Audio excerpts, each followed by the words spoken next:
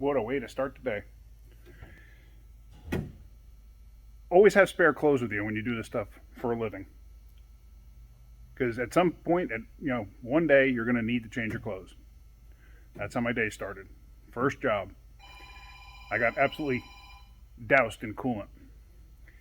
Let me show you what I got. So a customer came in with this Dakota and complaining of a coolant leak. So here I got my coolant pressure tester hooked up. It's a constant feed with air instead of one of the pump up style. So what do you do first when you have a coolant leak? You give it a visual look, see if you can find something. I didn't really see anything. Now the car had been sitting on the property here for a couple of days, and I didn't really see anything. It rained really good the other day, so it might have washed away any residue. So I was like, okay, let me hook the pressure tester up to it. So I hooked the pressure tester up to it, and I went and I turned it on. Now, I didn't have it hanging where it is right now. I actually just had it laying down right there, and of course, I'm standing right here. So I went and I turned it on. All I gotta do is turn this on, and I already got a preset. What's this?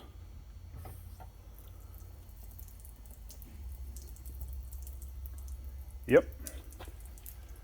Needs a radiator. Take a wild guess where that was spraying. Yep, you got it.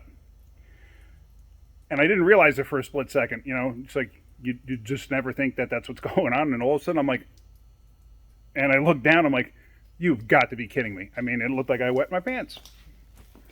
Great way to start the day. So now I'm going to start taking this thing apart to change the radiator and go from there. I'll walk you through it. All right, so what we need to do is we need to take this upper radiator support out.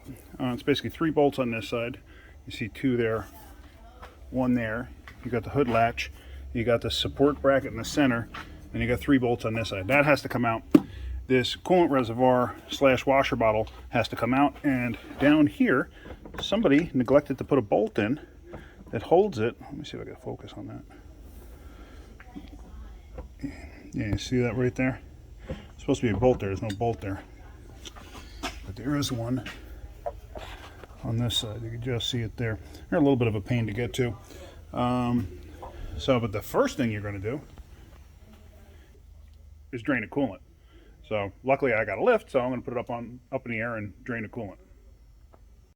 All right, so she's up in the air, and if you look, the drain or petcock is right up there. I have made this little cheap handy little device. It's basically just a rubber hose and a piece of 3/8 steel tube, and this way I can run it into a drain bucket instead of it running all over the chin of the front of the car. Some cars it'll run all over the cross member, everything else. I just keep this thing in my toolbox. It comes in super handy. So I'm going to let this drain out for now, and I'm going to take the upper radiator support off. Alright, so I got that bottle out right there. I got all the bolts out. You got this front piece, you have to disconnect this little air shield. And then this whole entire thing comes up and out. There you have better access to everything once that's out of the way. And to get the fans out, there's a 10mm down there, and there's 2 on this side. And conveniently, they block this one with this tie bar. And the problem is the bolt for the tie bar is underneath this bracket, so it's just easier to lift the radiator up or bend it out of the way slightly just to get that bolt out instead of going through the hassle of taking this bar out. So I'm going to work on that next. Alright, so I pulled the air deflector completely out. This way I could lift the radiator up, and got everything out on this end. Took the trainee cooler lines off on this end. On this end, because this has got an auxiliary cooler, you just take the line out, because otherwise it's a pain in the neck to fit the line around the radiator, or the radiator around the line rather. Now if you pay attention to these lines, oops, there we go. These lines have an O-ring. Just make sure that the O-ring doesn't fall out. The O-ring actually has a little tear to it, so I may have to change that. Let's see. Hello, focus. There you go. Come on, there you go. Yeah, so I may have to change those O-rings, not a big deal. But just, yeah, make sure that you have them on there on this style line. Now also, just so you see, I had to lift this thing up because the auxiliary tranny cooler, you got to get to the bolts for that. And then the bottom condenser bolts, which are down there, see it right there? It's usually tucked underneath here, so you can't even see it. So you lift the radiator up with the whole assembly just a little bit, and then this way you can get everything out. So I'm going to work on that now, take those two bolts out of the condenser, this way I could separate the two and get everything out. Alright, so we're ready to pull the radiator up and out, and I just realized, I forgot all about it. With the auxiliary tranny cooler, if you look, it's kind of hard to see it. All the way down here, see that bolt just hanging out slightly? I backed it out to that point. There's a strap holding one of the tranny cooler lines in place. So I'm in the process of just backing that out. Once that's out, it'll come out. So just get that done.